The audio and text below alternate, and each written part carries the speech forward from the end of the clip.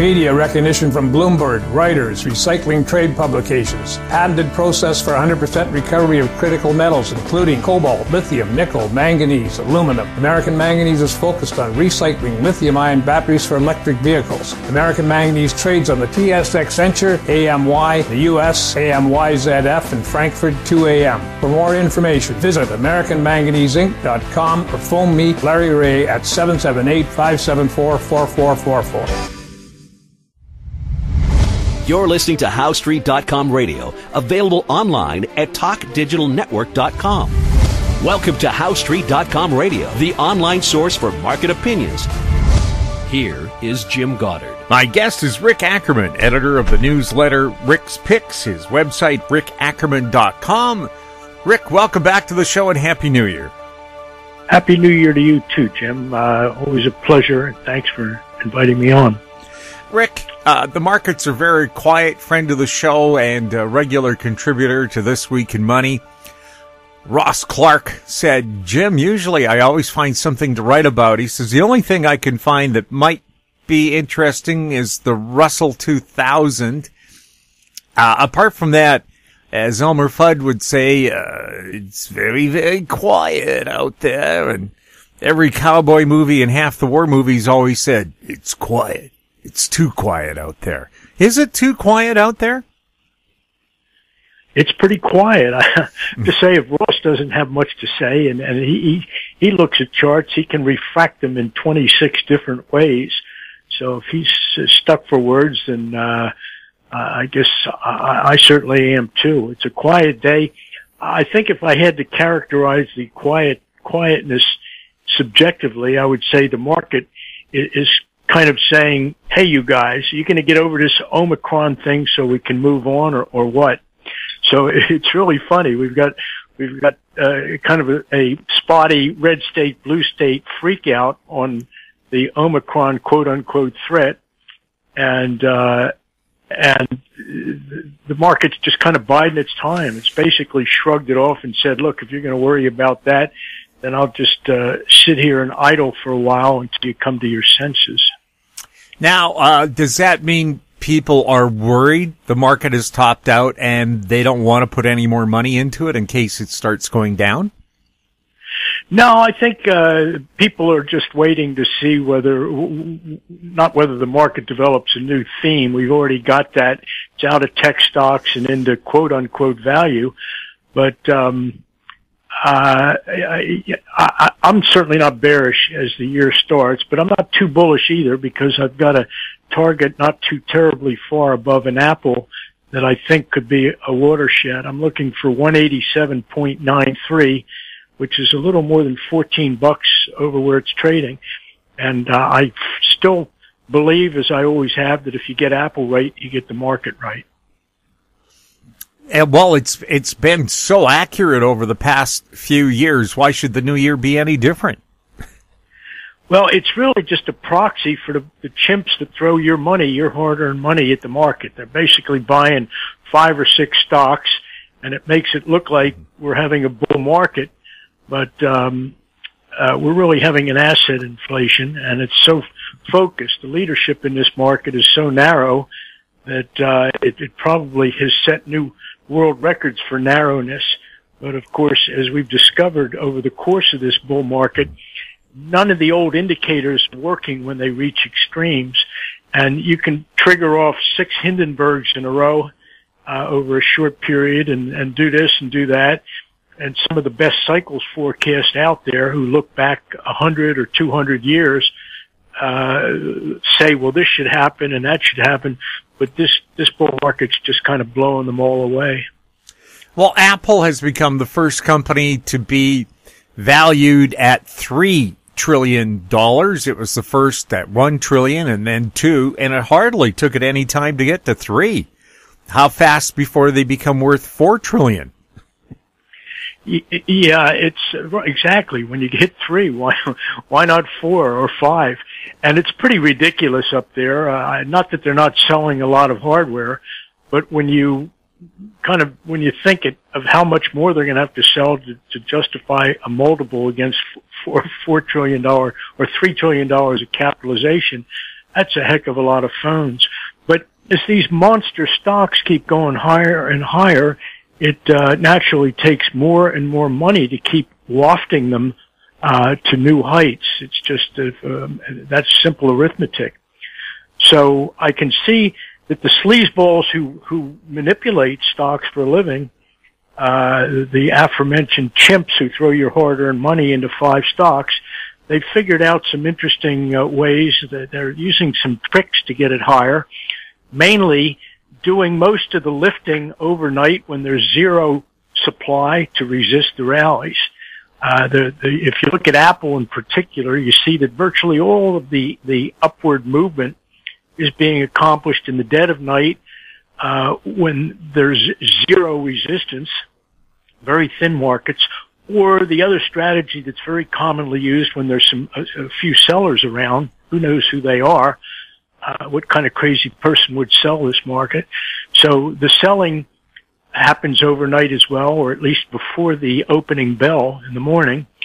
And what happens is the aforementioned sleazeballs simply pull their bids. They let the stocks drop until the supply is absolutely depleted. So what happens when the opening bell rings, there are no sellers around. They're all sold out. And of course, Apple can't go any lower, so it goes higher, and all the shorts, people who thought they saw weakness overnight, realize they've been had, and they start covering their short positions. So those are the two ways in which a $3 trillion cap stock can get pushed higher and higher with almost no real money going into the game. Now, Apple, of course, keeps attracting the attention of the European Union for every new phone they come out with. You have to have a new charger for it. And they say, look, why can't all you telecoms and phone makers agree on just one kind of charging port? And Apple, of course, is saying, but we make so much money having to sell new charging cords and plugs every time we come out with a new phone. Why should we have to do that? And we all have a box or a drawer full of all the different cables we've had to use over our lifetime to charge stuff. Is it time for this to be like, if people can remember, analog records where they had to agree on, look, it's 33 1/3, 45 and 78 for the standard record speeds, because there was a time they were hand cranked and they all ran at different speeds. Is there time for maybe an international union of producers to say, look, this is going to be our standard charger for the next 20 years? Or is it just the fact that built-in obsolescence is the American way? Oh, you got to be kidding, Jim. To get this group together to agree on standards, I mean, that the planned obsolescence is probably worse than it's ever been. And not only are they not getting their heads together to create common standards, they're really at war over things like 5G and how the protocols that apply to that part of the spectrum. So with respect to Apple and the chargers, you're right. They just make more money the more stuff they put out there. And I'm glad that I got off the Apple standard back in the 1980s. My then wife she was a teacher at a college, and everything was Apple in the store. And my first computer was a Mac, but I quickly went on to PC, and it's just been a lot cheaper. It's but you're never going to get that group together because they're perfectly content to sell you 6 ways of Sunday, whatever equipment will power your system of the month. And you don't see a lineup around the block when a new PC comes out, do you? But you do if there's a new Apple product. Yeah, and that just tells you that the Apple buyers are really kind of a cult, and the people who line up outside the stores for some new iteration of an iPhone that gives you somewhat better camera optics or whatever, well, you realize how crazy these people are. And yeah, nobody on the PC side, nobody celebrates anything that Microsoft comes out with.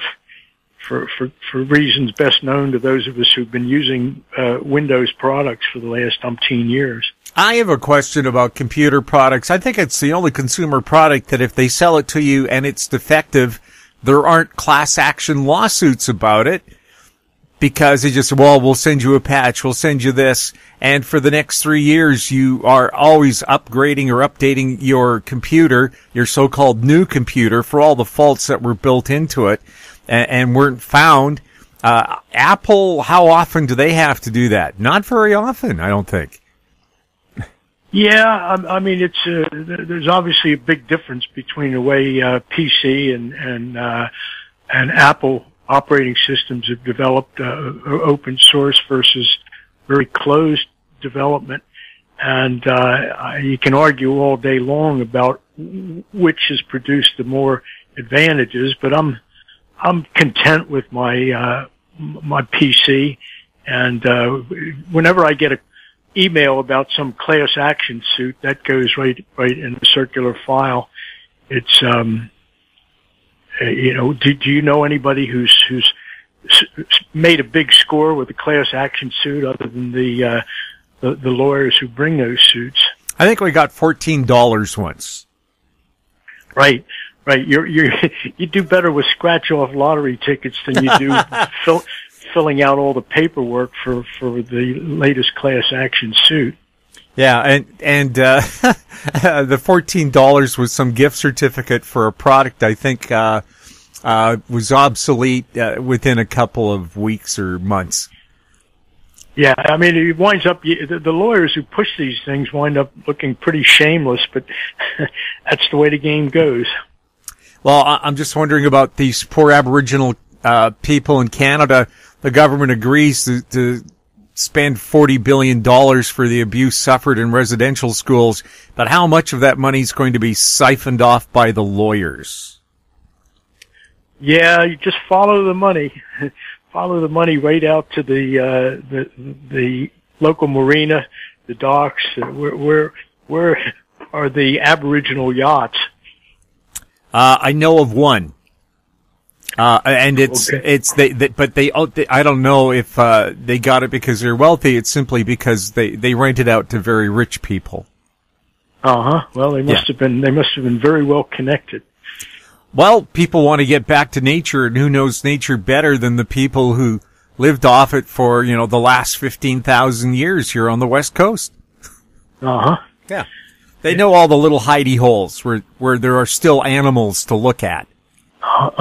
Well, I know them only through some of the Peter Weir films and Walkabout, Nicholas Roeg, and it looks like great country. You're right. They know the outback. We'll have more with Rick Ackerman right after this. Don't miss out. Stay informed. Receive the HowStreet.com weekly recap with thought-provoking podcasts, radio, and articles delivered to your inbox. Sign up for the HowStreet.com weekly recap on our homepage at HowStreet.com. Welcome back. We're speaking with Rick Ackerman. Rick, is it really true there's just 5 big stocks holding up the whole stock market, though many other stocks are losing money? Yeah, I mean, the ones, it only takes a focus on some monster stocks that have these $1 trillion plus capitalizations to create yourself a bull market. And, for reasons, as I explained with Apple, it doesn't take as much money as you might imagine to hoist a $3 trillion stock. Let's take Apple at 172. And in the morning, there's an imbalance of market orders to buy. So the sleazeballs who make markets in these stocks they've got the privilege of opening the stock wherever they want, so that the demand is filled. So if you use what we call one price opening, as I used to when I worked on the Pacific Stock Exchange, we decide, well, there's 6,000 contracts to buy. We need to take the option up from $1.70 to $2.80 to get all of those market orders to buy filled, where there's enough supply at a particular price. So when that happens in the stock market, you find that this $3 trillion stock jumps by $2 on the opening with no trade volume, none whatsoever. So it essentially costs zero to add $2 to the value of the $3 trillion cap value of Apple. And that's really how the bull market is being managed. Mm-hmm. Now, on the crypto front, Bitcoin doing a face plant, as we say, when we go skiing and wipe out. Why is that? Or do we know? Well, the Fed's latest pronouncement seems to have sapped a lot of the speculative juices from the market. And since Bitcoin is really the juiciest speculative vehicle of them all, it's really had its effect. There's been a lot less exuberance in Bitcoin, and for that matter, in the world-beating high-tech sector, as reflected in the NASDAQ index. So the Fed's been kind of it put the squelch on all of the speculative fervor, but it'll be back. And taking a look at interest rates, the Fed hinted that there would be 3 hikes. But even if they had 5 hikes, that would still give us an interest rate of 1.25%. That's hardly fearful, is it? Yeah. I've been saying for 20 or 30 years the Fed wasn't going to hike anything. I don't think they really will. I have my doubts that any real rate hikes are coming. And they're obviously trying to price the impact of those hikes into the market, just by talking about them. And you would think the way the bonds have come down, Treasury bonds have come down over the last couple of weeks, that the Fed, the raising of interest rates has already been fully accounted for in the bonds. And these are big numbers. You know, when bonds started the new year with a steep plunge, it had to do with, I think, someone in my chat room mentioned that there had been $1.9 trillion worth of unsettled repos as 2021 ended. So, in effect, these created a huge supply of actual T-bonds for sale, on money, you know, when the new year began. So, but the bigger problem, you know, you look at the Fed and they've got, I think it's $8 trillion worth of these bonds in inventory, and there's just no way they're going to unload those things at a rate of interest that's even imaginable. Because when you consider how much borrowing has been done in dollars, you get, it's real trouble to subject all of those borrowed dollars to even a slightly higher rate of interest, let alone the much higher rate of interest that would be needed to clear $8 trillion worth of inventory off the Fed's balance sheet. So we really can't get from here to there, and the market may be pretending that it's discounting what should have to happen, and it's not going to work. And I still think that stocks are going to begin a bear market that's going to make us wish that the good old days of inflation were back again. And the biggest tension in the markets globally right now is simply a rising dollar that I think just reflects the tightness of the implied tightness of dollars in an environment where the Fed is at least talking about not loosening. And the bonds are really getting savage simply because there's so many of them sitting on the Fed's books. But the dollar cannot keep going in the opposite direction forever. You know, the bonds can't keep going down while the dollar keeps going up. And it's my conjecture that the situation is going to resolve itself in favor of a strong dollar, which is the essence of deflation.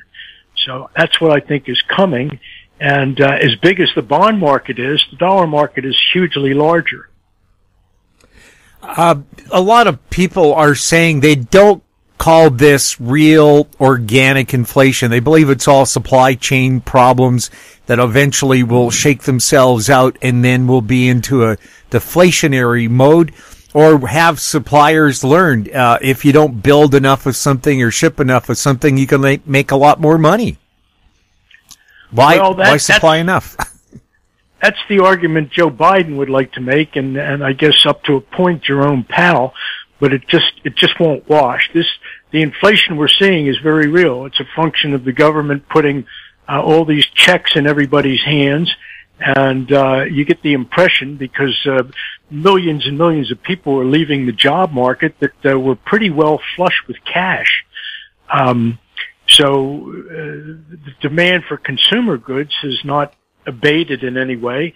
So that's really why we have a very real inflation.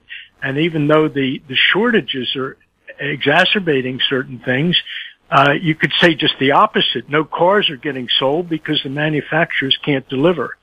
So that's not really inflationary. And when you look at used and new car prices, they're so high right now that you're going to see the classical factors of supply and demand come into play, where people think, I just can't buy a used car. They're too expensive. And I think I read somewhere the average price of a used car is now, could it have been $26,000?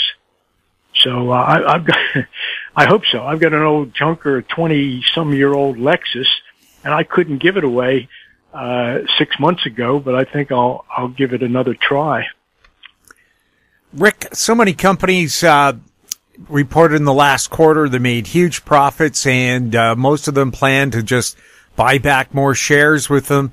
But if there is a market downturn, I'm asking, will those same companies then go cap in hand and ask the government for a handout, and will they get it? Or should they have saved that money? Or have they learned from past experience, governments will just fork over the money anyway? The money doesn't exist.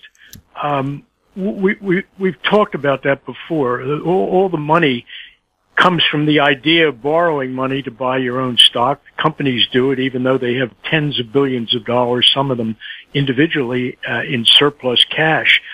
But the cash is really, it's a state of mind. And, the state of mind really connects up with money velocity. What is do you want to hold money against possible liquidity problems, or do you want to deploy it almost infinitely so that each dollar is expanded 15, 20, 25 times? So we're not really in maximum expansive mode, but when a bear market happens and people start thinking shrink, that they don't really want to borrow money for stuff, let alone for buying their own sinking shares. So we're going to have this effect go into reverse, where the companies buy their shares, shrink the float, drive up the price earnings multiples, and that, when you look at it, you think, well, this is win, win, win, win. Everybody's winning here. And although that's true, they're all winning kind of on it's just a dirigible that's getting pumped more and more full of hydrogen, and someone's going to light a match at some point. So yeah, the companies are not going to feel much like borrowing to support their own shares when shares are falling. Now, people are wondering how to deal with investing and trading when the markets are in this kind of, I call it, soft phase. Rick, perhaps you have some solutions for them. Can you tell us about a conference you're going to hold? Oh, yeah, sure. Next Thursday, I'm going to, I guess it's Rick's predictions for 2022. I have to confess that I somewhat shun predictions, because all of us gurus are wrong about most everything every year. But I am going to try to give a good overview of the landscape using some charts just to show you where the bellwethers are, but also I want to look at some of the major trends that to me are in a very perilous state. So I think it's going to be very difficult to get through 2022 without some sort of seismic event. So, and that's what I'm going to talk about, the The session is actually going to be next Thursday, the 13th of January, 1 p.m. And if you want more information, just go to my homepage, rickackerman.com. And you can actually get a trial subscription for, I think it's $1 or 60 cents. And you can find out more about the conference and also get a ticket into the chat room where some great traders from around the world get together every day. Rick, thank you so much for chatting with us, and I hope all your major positive predictions come true for the year. Sometimes you got to be careful what you wish for. Or some of these predictions are not happy predictions. But anyway, thanks for inviting me on, Jim. It's good to start the year with you. And I wish you and all your listeners a happy, prosperous, healthy, and maybe even serene new year. My guest has been Rick Ackerman, editor of the newsletter Rick's Picks, his website, rickackerman.com.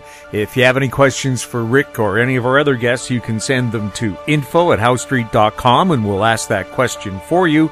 Our YouTube channel is Talk Digital Network. Find us on Twitter @HowStreet. We're also on Facebook. I'm Jim Goddard. Thank you for listening. Comments made on HowStreet.com radio are an expression of opinion only and should not be construed in any matter whatsoever as recommendations to buy or sell any financial instrument at any time. Available online at TalkDigitalNetwork.com. HowStreet.com radio is a production of HowStreet Media Incorporated.